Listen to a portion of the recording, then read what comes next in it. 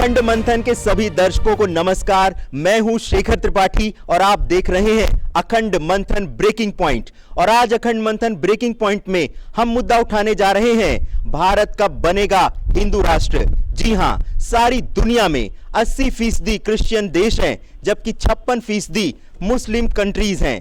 लेकिन भारत कब हिंदू राष्ट्र बनेगा, इसी पर चर्चा के लिए हमारे साथ हैं देश के सुप्रसिद्ध ज्योतिषाचार्य संत बेतरा अशोक जी, जो कि आपको बताएंगे अपने ज्योतिषीय आकलन से कि भारत कब तक हिंदू राष्ट्र बनेगा। तो संत बेतरा जी, आज हम इस अहम चर्चा में आपसे सबसे पहले ये जानना चाहेंगे कि भारत हिंदू राष्ट्र कब तक बन पाएगा और हमारे संविधान में संशोधन की ये प्रक्रिया कब से शुरू हो पाएगी।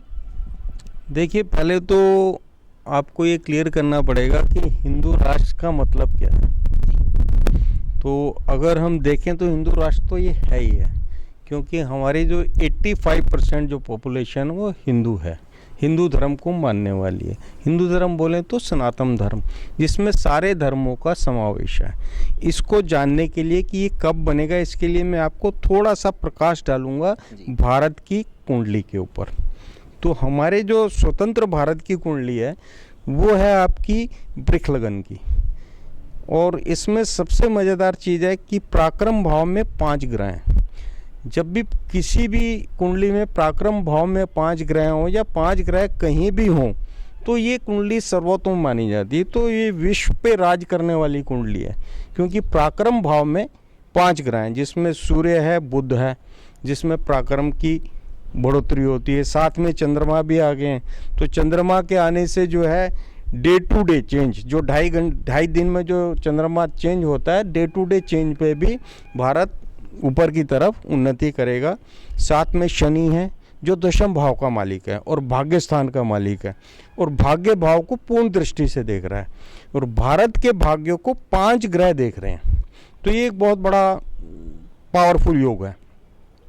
उसके बाद वहाँ पे शुक्र भी हैं जो लग्नेश हैं, लग्नेश भी हैं, और साथ में षष्ठेश भी हैं। षष्ठेश मतलब दुश्मन भाव का मालिक।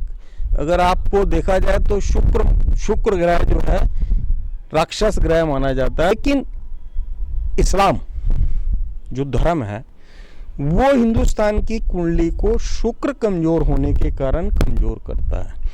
अगर इस्लाम के बारे में कट्टरता वाली कोई बात की जाएगी तो हिंदुस्तान को वो वीक करेगा, क्योंकि इस कुंडली को वीक करने वाले दो ग्रह हैं। एक तो है आपका शुक्र, सबसे बड़ा जो है कमजोर जो है शुक्र है भारत का। तो इस चीज़ पे हमारे देश के नेताओं को थोड़ा सा ध्यान देना होगा कि हमको भारत को किस ओर लेके जाना है। आपके अनुसार जो शुक्र ग्रह है वो इस मामले को कमजोर करता है हिंदू राष्ट्र बनाने में कमजोर करेगा, और वो इस्लाम का कारक भी है। अगर कट्टरता वाली बात अगर हमारे जो नेता हैं वो करेंगे, कुछ इस तरफ की तरफ जाएंगे तो उनको नुकसान होगा बहुत। दूसरा, हमारा जो स्वतंत्र भारत है इसका जो गण है वो देवता गण है, और सिद्धि योग में इसका जो जन्म जो हुआ है 14 अगस्त की रात को 23:59 की जो कुंडली बनी है उसमें पुष्य नक्षत्र है, और उसके मेन जो ग्रह हैं शनि, सूर्य, केतु और बुध होने के कारण, और इसका ब्राह्मण वर्ग है। तो ब्राह्मण वर्ग होने का मतलब ये किसी भी वर्ण के, किसी भी जाति के लोगों के लिए बुरा नहीं चाहेगा, सबको एक दृष्टि से देखेगा। और जैसे आपने हिंदू राष्ट्र की बात की है, तो मैं इसको एक नया शब्द देना चाहता हूँ कि कुंडली के हिसाब से हिंदुस्तान की जो कुंडली है वो धर्मनिरपेक्ष हिंदू राष्ट्र, अगर हम इसको बोलते हैं तो ये बिल्कुल सटीक बैठता है इस पे। मतलब हिंदू राष्ट्र तो है ही, क्योंकि मेजोरिटी हिंदुओं की है, और हिंदू को अपने बारे में सोचना पड़ेगा। धर्म निरपेक्षता इस देश की मुख्य वो रहेगी, और ये लास्ट तक रहेगी। यहाँ ऐसा नहीं है कि जैसे मुस्लिम राष्ट्र है तो वहाँ मुस्लिम राष्ट्र में जो है हिंदुओं को या नॉन मुस्लिम्स को बाहर निकाल देते हैं या मार देते हैं, या उनके साथ दुर्व्यवहार होता है, उनको सम्मान नहीं मिलता। ऐसा कुछ इस देश की कुंडली में कहीं से भी दूर दूर से नहीं आता।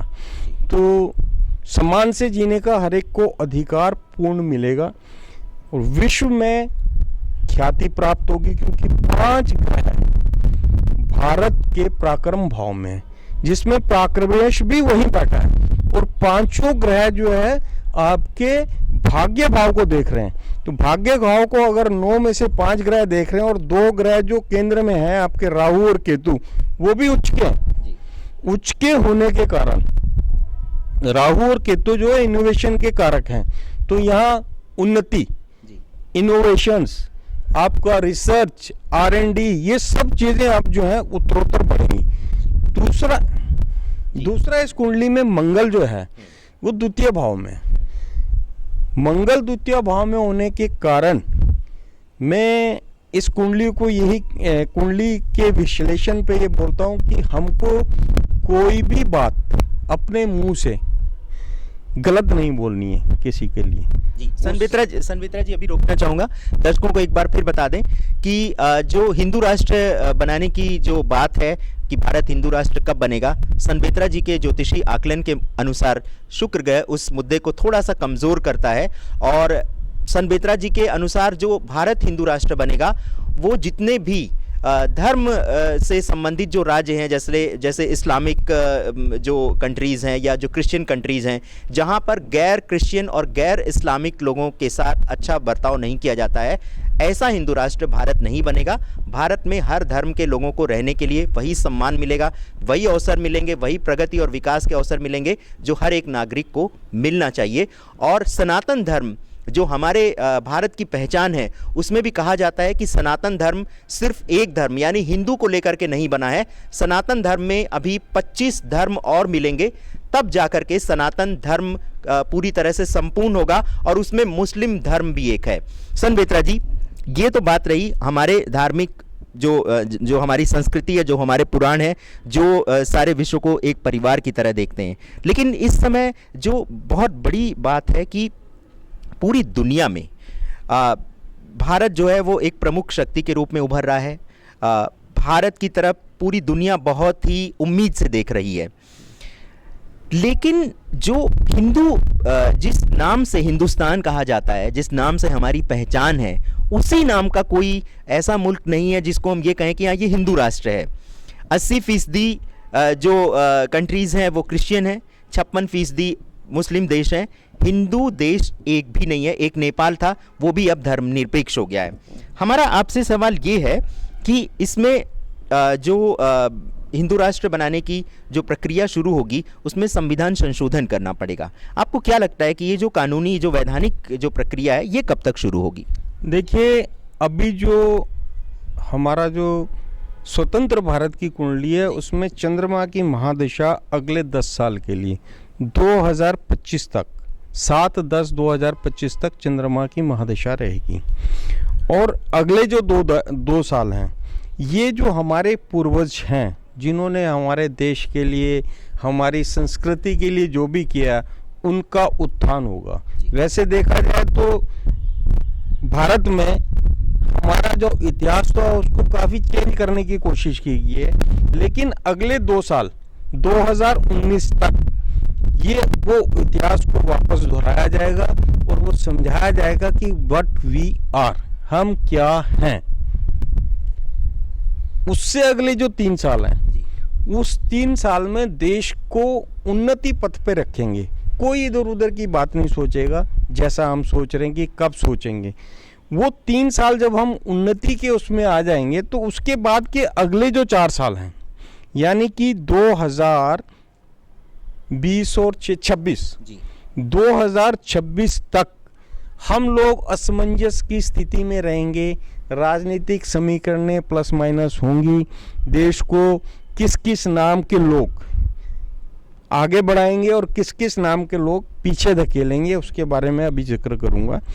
जैसे ही 2026 क्रॉस होगा, यानी कि 26/6/2026 के बाद के जो 5 साल हैं, उन 5 सालों में ये सारी प्रक्रियाएं पूर्ण रूप से होंगी, जिसमें सारे संशोधन जैसा हम चाहते हैं एक हिंदू राष्ट्र के लिए। भारत एक धर्मनिरपेक्ष हिंदू राष्ट्र, धर्मनिरपेक्ष हिंदू राष्ट्र। वो मैं इसलिए कह रहा हूँ हिंदू राष्ट्र, मेरे को इसलिए बोलना पड़ रहा है कि आज की राजनीति जो है, आज के जो राजनीतिज्ञ हैं, हिंदू नाम से इतनी नफरत करते हैं कि अगर उनको हिंदू बोल दिया जाए तो ऐसा लगता है उसको किसी अछूत ने छू लिया जी। और दर्शकों, अछूत हो गए हैं हिंदुस्तान में। जी जी, यही हम आप अपने दर्शकों से भी हम यही कहना चाहेंगे कि यहाँ पे धर्मनिरपेक्षता का अर्थ ये है कि अगर हिंदू मुस्लिम हितों या मुस्लिम तुष्टीकरण की बात करता है तो वो धर्मनिरपेक्ष है, लेकिन अगर हिंदू अपने धर्म की बात करता है तो वो सांप्रदायिक है। बहुत दुर्भाग्यपूर्ण है ये जो हमारे हिंदुस्तान की जो सियासत है, जो राजनीति है, ये बहुत घटिया स्तर पर पहुंच गई है और वोट की राजनीति के लिए लोग किसी भी स्तर तक जाने के लिए तैयार हैं। आपको क्या लगता है कि बीजेपी इस मामले में कब तक पहल करेगी और बीजेपी इस मुद्दे को, यानी हिंदू धर्मनिरपेक्ष हिंदू राष्ट्र को अपना मुद्दा बना लेगी?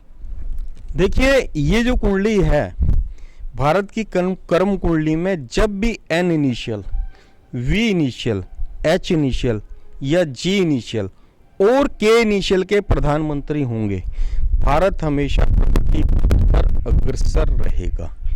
भारत अपनी पहचान धर्मनिरपेक्ष हिंदू राष्ट्र के रूप में, धर्मनिरपेक्षता में तो हम सबको अपने में मिला के चलने वाले, लेकिन हिंदू राष्ट्र में हिंदू संस्कृति का उत्थान, जैसे योग, स्वच्छ भारत वाले जितने जो अभी चल रहे हैं, योगा से रिलेटेड संस्कृति को प्रमोट करने की जो चीज़ें हैं, उसमें हमारा जो हिंदू राष्ट्र है, हमारा जो भारतवर्ष है, वो अग्रसर होगा प्रगति पथ पर। भारतवर्ष के लिए ए, ध्यान से सुनिएगा, आर, पी, के और एल इनिशियल के लोग ये विशेष घातक साबित होंगे। एम और एस इनिशियल के लोग जब भी सत्ता में आएंगे पॉजिटिव रिजल्ट आएंगे, लेकिन ए, आर, पी और के इनिशियल की इंटेग्रिटी भारत के लिए हमेशा संदेहप्रद रहेगी। इस ए, आर, पी, के इनिशियल के नेताओं के हाथ में जब भी बागडोर आएगी तो ये जो है किसी के प्रभाव में आके अपने देश का नुकसान कर सकते हैं। तो मेरी आवाम से ये प्रार्थना है कि इस चीज़ का ख्याल रखा जाए, क्योंकि ये भविष्यवाणी ऐसे नहीं है एक बार कर दी। भविष्यवाणी कभी भी समय के हिसाब से चेंज नहीं होती। नेस्ट्राडम ने कब की थी वो अभी भी चल रही हैं। भारत को अगर धर्मनिरपेक्ष हिंदू राष्ट्र बनाना है तो केवल N, S, M, G, V initial के प्रधानमंत्री पद के उम्मीदवारों को ही विजयी बनाना होगा। संत जी, हम तो ये आपसे जानना चाहेंगे कि आपने एस नाम लिया है और देश की जो सबसे प्रमुख पार्टी है कांग्रेस, उसकी अध्यक्षा तो सोनिया गांधी हैं, तो क्या सोनिया गांधी के आने पर भी इस बात की संभावना बनती है? देखिए, अब मैंने किसी पर्टिकुलर को दिमाग में रख के नहीं किया है, कोई भी आ सकता है। संत जी, आपने एम नाम भी लिया है कि जब डेमोक्रेसी है इसमें कोई भी ऊपर आ सकता है। एम से कई नेता हैं, एस से कई नेता हैं, लेकिन एन, नरेंद्र भाई मोदी के लिए मैं अगले 15 साल के लिए भविष्यवाणी कर चुका हूं। और अगर ये सब कुछ ठीक रहता है, भारतवर्ष के जनता में जागरूकता रहती है और वो ये समझ के चलती है कि ये व्यक्ति जो सिर्फ देश के लिए, सिर्फ नेशन इज फर्स्ट, कोई परिवारवाद नहीं है। जी संत जी, हमारा इसी से जुड़ा एक सवाल ये भी है कि आप नरेंद्र भाई मोदी का नाम ले रहे हैं, क्या नरेंद्र जी के शासनकाल में ही बीजेपी इस मुद्दे को उठाएगी और ये मुद्दा जोर भी पकड़ेगा और भारत धर्मनिरपेक्ष हिंदू राष्ट्र घोषित हो पाएगा? क्या मोदी जी के शासनकाल में ये संभव हो पाएगा? देखिए, 2022 तक तो नरेंद्र मोदी जी देश को प्रगति के पथ पर सेल्फ डिपेंडेंट करने के लिए भरसक प्रयत्न करेंगे। उसके बाद का जो समय करीब 4 साल का ऐसा होगा जिसमें थोड़ा सा भ्रम रहेंगे, क्या किया जाए क्या ना किया जाए। दैट इज 26 तक। अगर 14 में 15 साल डाले जाएं तो 29 तक जाता है। 2026 के बाद का जो समय है भारत के लिए, वो 2031 तक का जो समय है, वो इतना पीक समय होगा, उसमें हम लोग हर तरीके से सक्षम होंगे और हम लोग जो है भारत जो है विश्व में नंबर 1 पावर होगा हर तरीके से। हम अपने दर्शकों को बताना चाहेंगे कि भारत ही एक ऐसा देश है जो आने वाले समय में जो भी विभिन्न प्रकार के जो धर्म हैं, दुनिया में जो धर्म है, उसका संरक्षक सिर्फ भारत ही रहेगा। बाकी देशों से शायद वो धर्म का नाश हो जाए, समाप्त हो जाए, लेकिन ये धर्म भारत में जीवित रहेंगे, क्योंकि भारत की ही ये संस्कृति है कि वो सनातन धर्म को मानता है, और सनातन धर्म विश्व के 25 धर्मों को जोड़ करके बनता है, जिसमें मुस्लिम धर्म भी शामिल है। तो आप हमारी देख रहे हैं ये विशेष प्रस्तुति, और हम ये मुद्दा उठा रहे हैं कि भारत कब बनेगा हिंदू राष्ट्र, और सन बेत्रा जी कहते हैं कि ये धर्मनिरपेक्ष हिंदू राष्ट्र कब बनेगा। उन्होंने अपनी तरफ से ये बात अलग से जोड़ी है।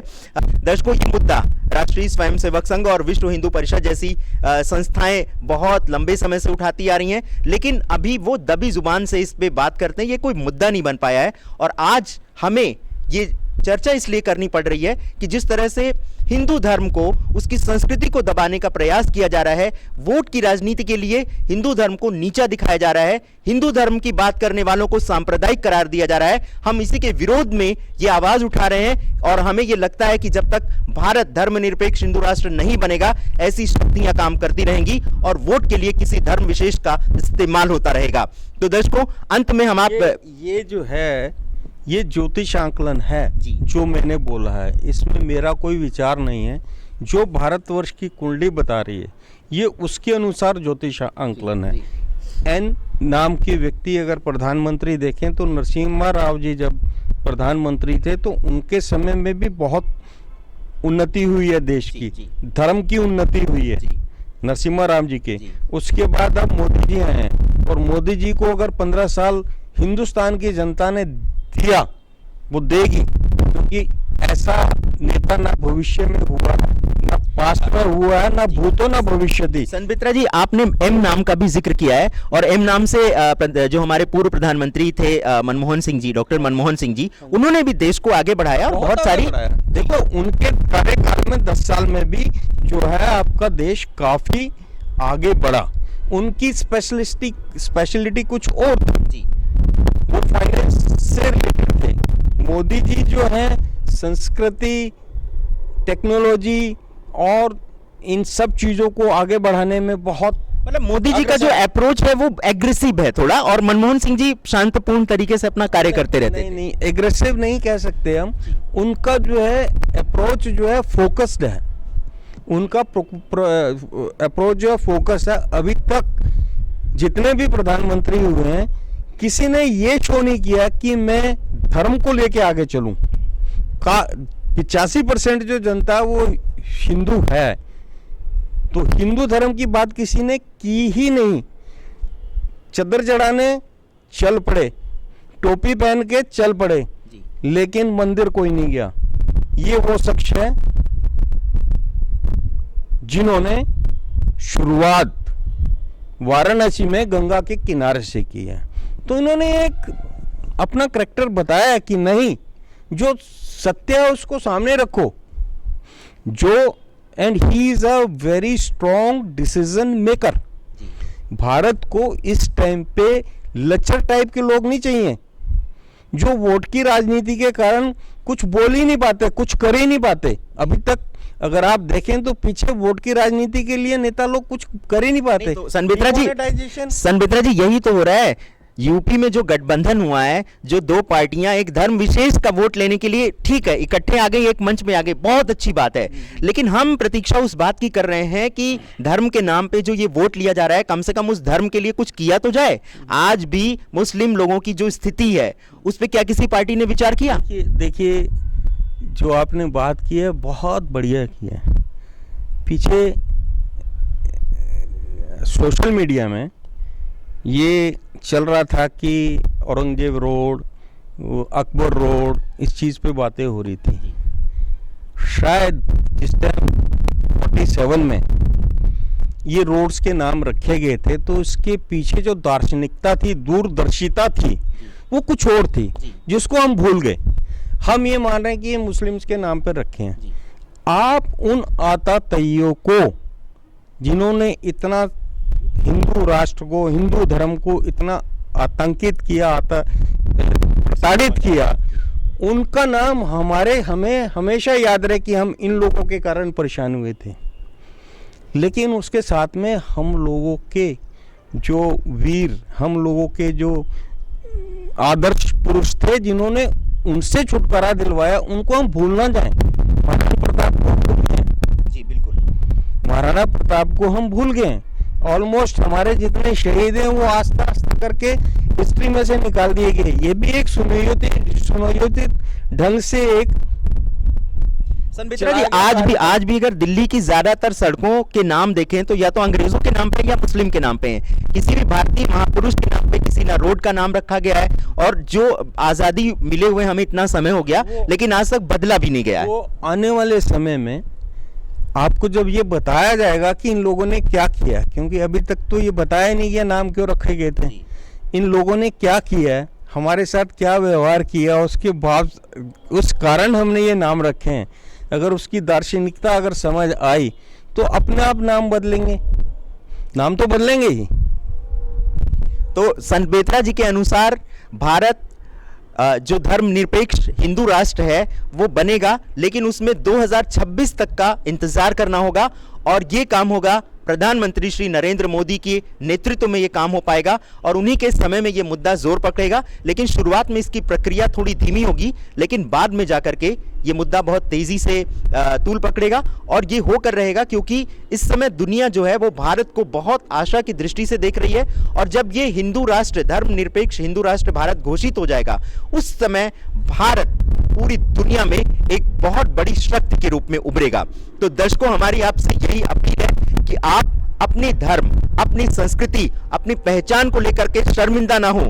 आप वोट की राजनीति करने वालों को मुंह तोड़ जवाब दें और उन्हें बताएं कि कोई भी धर्म के नाम पर उनका इस्तेमाल नहीं कर सकता। और हमारा मुद्दा भी आज इसी बात को लेकर के है कि धर्म के नाम पर, चाहे वो हिंदू धर्म हो, चाहे वो मुस्लिम धर्म हो, चाहे सिख धर्म हो, चाहे किसी जाति के नाम पर जो वोटों की राजनीति हो रही है वो बंद हो जानी चाहिए। क्योंकि आजादी मिले हुए इतना समय हो गया है, लेकिन आज भी हम मानसिक तौर पर गुलाम हैं। तो दर्शकों, हमारी आपसे ये अपील है कि आप अपनी संस्कृति को सुरक्षित रखें, आप अपनी सभ्यता को सुरक्षित रखें, उसको लेकर के आप गर्व महसूस करें और इंतजार करें कि भारत दुनिया में धर्मनिरपेक्ष हिंदू राष्ट्र के रूप में प्रतिष्ठित हो और दुनिया में सम्मान हासिल करे और विश्व गुरु का दर्जा पाए। आपको हमारी ये प्रस्तुति कैसी लगी? आप हमें ईमेल कर सकते हैं akhand-manthan@gmail.com पर, और आप हमारा चैनल सब्सक्राइब करना मत भूलें। दर्शकों से आप अपील करिए कि सब्सक्राइब जरूर करें चैनल। बहुत बड़ी अच्छी सफलता मिल रही है। 21,000 हम 1-2 महीने में पहुंच गए हैं, तो सब्सक्राइब तो हो ही रहे हैं, और आगे भी हम उम्मीद करते हैं इसी तरीके से हम लोगों को आप लोग पसंद करेंगे। और समय समय पर जो संत बेत्रा जी भविष्यवाणियां करते रहते हैं, बहुत सारे दर्शकों का ये कहना है, जैसे अभी हमने जो 4 राज्यों में चुनाव को लेकर के भविष्यवाणी की है, तो बहुत सारे दर्शक जब देख रहे हैं कि किसी राजनीतिक दल का किसी से गठबंधन हो रहा है, तो हमारे पास बहुत सारे ऐसे कमेंट्स आ रहे हैं कि आप फिर से भविष्यवाणी करें। तो दर्शकों, हम आपसे बताना चाहेंगे कि संत बेत्रा जी सुदर्शन चक्र ज्योतिष के आधार पर भविष्यवाणी करते हैं, और भविष्यवाणी सिर्फ एक बार होती है।